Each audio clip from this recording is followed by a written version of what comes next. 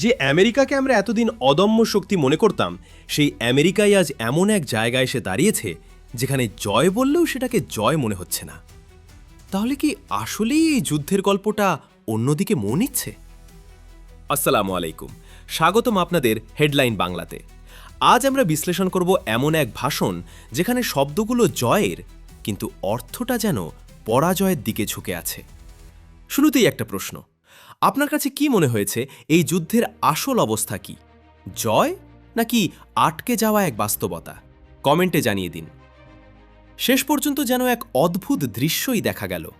যে আমেরিকাকে এতদিন বিশ্বমঞ্চের অদম্য শক্তি বলে মনে করা হতো, সেই আমেরিকাই যেন এসে দাঁড়ালো এক নীরব স্বীকারোক্তির সামনে।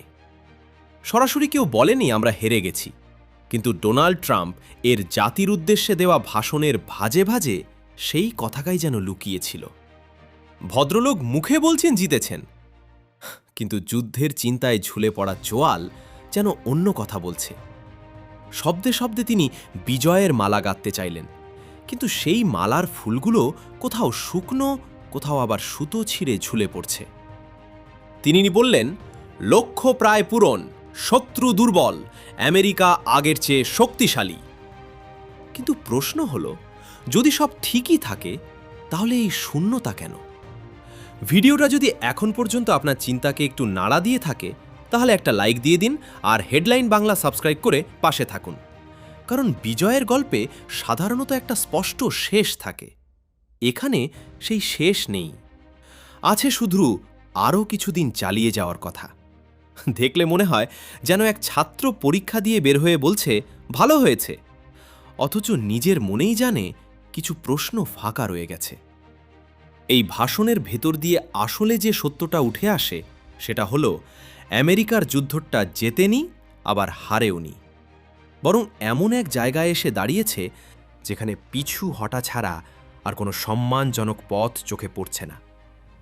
আর সেই পিছু হটার কথাটাকে ঢাকতেই এত শব্দ, এত ঘোষণা, এত আত্মবিশ্বাসের অভিনয়। এখন একটা গুরুত্বপূর্ণ প্রশ্ন, আপনি কি মনে করেন এটা কৌশল নাকি বাস্তবতার চাপ? কমেন্টে জানান। সব মিলিয়ে এই ভাষণটা যেন এক অদ্ভুত কাব্য। শব্দগুলো জয়ের, কিন্তু অর্থটা পরাজয়ের দিকে। রাজনীতি বড় বিচিত্র জিনিস। এখানে অনেক সময় যুদ্ধক্ষেত্রের বাস্তবতার চেয়েও গুরুত্বপূর্ণ হয়ে ওঠে কে কিভাবে গল্পটা বলছে। আর সেই গল্প বলার খেলায় ডোনাল্ড ট্রাম্প নিঃসন্দেহে একজন সিদ্ধহস্ত কারিগর। তিনি জানেন কিভাবে পরাজয়ের ধুলো ঝেড়ে সেটাকে বিজয়ের মুকুট বানাতে হয়। কিন্তু সমস্যা হলো, মুকুটটা যদি কাগজের হয় তাহলে একটু বৃষ্টিতেই তার আসল রূপ বেরিয়ে পড়ে। এই ভাষণের শুরুতেই তিনি চলে গেলেন মহাকাশে। নাসার আর্টেমিস মিশনের কথা বললেন, মানে বাস্তব যুদ্ধ থেকে শ্রোতাদের মন সরিয়ে নিয়ে যাওয়ার একটা চেষ্টা। কিন্তু বাস্তবতা কি এত সহজে এড়ানো যায়? আমেরিকার মানুষ তখন চাঁদের দিকে তাকিয়ে নেই, তারা তাকিয়ে আছে পেট্রোল পাম্পে, তাকিয়ে আছে স্ট্রেট অফ হরমুজের দিকে, কারণ সেখানে যুদ্ধের আগুন এখনও জ্বলছে। ভিডিওটা যদি এখানে পর্যন্ত দেখে থাকেন তাহলে শেয়ার করে দিন, কারণ এই বিশ্লেষণটা অনেকের জানা দরকার। ভাষণের দ্বিতীয় অংশে তিনি দাবি করলেন, ইরান প্রায় শেষ, নৌবাহিনী নেই, বিমান বাহিনী ধ্বংস, ক্ষেপণাস্ত্র শক্তি ভেঙে পড়েছে। শুনলে মনে হয় যুদ্ধ শেষ, কিন্তু বাস্তবতা কি বলছে? স্ট্রেট অফ হরমুজ এখনও অচল, জাহাজ চলাচল বন্ধ, তেলের দাম বাড়ছে। যদি যুদ্ধ শেষের পথে হয় তাহলে বাজার কেন ভয় পাচ্ছে? এখানেই আসল দ্বন্দ্ব। ভাষণে এক ছবি, বাস্তবে আরেক। তিনি বললেন, আমেরিকা ইতিহাসের যে কোনো সময়ের চেয়ে বড়ভাবে জিতছে, কিন্তু বাস্তবতা বলছে প্রতিদিন হামলা চলছে। ইসরায়েল এখনও ড্রোন আর মিসাইলের মুখে, আর ইরানও প্রতিদিন হামলার শিকার। আমেরিকা ইতিহাসের যে কোনো সময়ের চেয়ে বড়ভাবে জিতছে, কিন্তু বাস্তবতা বলছে প্রতিদিন হামলা চলছে। ইসরায়েল এখনও ড্রোন আর মিসাইলের মুখে, আর ইরানও প্রতিদিন হামলার শিকার। তাহলে প্রশ্ন, যদি সব শেষ, তাহলে যুদ্ধ চলছে কেন?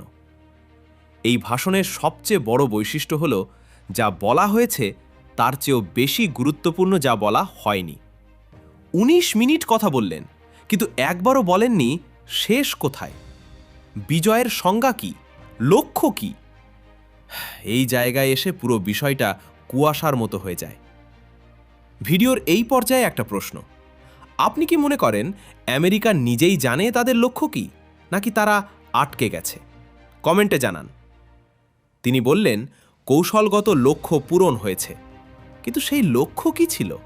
শাসন পরিবর্তন, পারমাণবিক কর্মসূচি বন্ধ, নাকি শুধু চাপ সৃষ্টি? কোনো পরিষ্কার উত্তর নেই। এমনকি বিশ্লেষকরাও বিভ্রান্ত। মানে, যুদ্ধের চেয়েও বড় সমস্যা হয়ে দাঁড়িয়েছে যুদ্ধটা আসলে কেন। এখানে আসে সবচেয়ে গুরুত্বপূর্ণ বিষয়, স্ট্রেইট অফ হরমুজ, বিশ্ব অর্থনীতির ধমনী। কিন্তু এই বিষয়ে কোনো স্পষ্ট রোডম্যাপ নেই, বরং এক অদ্ভুত অবস্থান। একদিকে চাপ, অন্যদিকে দায়িত্ব অন্যদের ঘাড়ে চাপানো। এটা অনেকটা নিজে না পড়ে অন্যকে বলার মতো, তোমরা পড়ো। এখানেই বোঝা যায় আমেরিকা নিজেই পথ খুঁজে পাচ্ছে না। তিনি বললেন, আমেরিকার বিদেশি তেলের দরকার নেই, কিন্তু বাস্তবতা হল বিশ্ব বাজার একে অপরের সাথে জড়িত। স্ট্রেইট অফ হরমুজ বন্ধ হলে প্রভাব সবার ওপর পড়ে। পেট্রোলের দাম বাড়ে, ভোটার অসন্তুষ্ট হয়, আর সেই প্রভাব পড়ে নির্বাচনে। এখন প্রশ্ন, এই যুদ্ধ কি লাভের বিনিয়োগ নাকি ক্ষতির? ভিডিওটা যদি আপনার কাছে তথ্যবহুল মনে হয়, তাহলে সাবস্ক্রাইব করে পাশে থাকুন। খবরের ভেতরের সত্য তুলে ধরি। তিনি বললেন, আরও 2 থেকে 3 সপ্তাহ। কিন্তু এই সময়সীমা কি বাস্তব? বেঞ্জামিন নেতানিয়াহু কি সেটা মানবেন? ইরান কি থামবে? যুদ্ধ কখনো এক পক্ষের ইচ্ছায় শেষ হয় না। সবশেষে সবচেয়ে বড় প্রশ্ন, স্থলবাহিনী। হাজার হাজার সেনা প্রস্তুত, কিন্তু তাদের ভূমিকা কি? আক্রমণ, প্রতিরক্ষা, নাকি শুধু চাপ? কোনো উত্তর নেই। এখানেই বোঝা যায় যুদ্ধ আটকে গেছে, শুধু সামরিক না, কৌশলগতভাবেও। আর এই আটকে যাওয়াটাই আসল সংকট। সব মিলিয়ে এই ভাষণটা শুধু যুদ্ধের না, এটা এক মনস্তাত্ত্বিক লড়াই। তিনি লড়ছেন ইরানের সাথে, আবার নিজের জনগণের মনোভাবের সাথেও। এটা কি জয়ের কাছাকাছি এক যুদ্ধ, নাকি এমন এক ফাঁদ যেখানে আমেরিকা নিজেই আটকে গেছে? আর শেষটা কি হবে, বিজয় নাকি স্বীকার না করা পরাজয়? আপনার মতামত জানাতে ভুলবেন না। ভিডিওটা যদি ভালো লাগে লাইক দিন, শেয়ার করুন। আজকের মতো এখানেই শেষ। আবার দেখা হবে নতুন বিশ্লেষণে।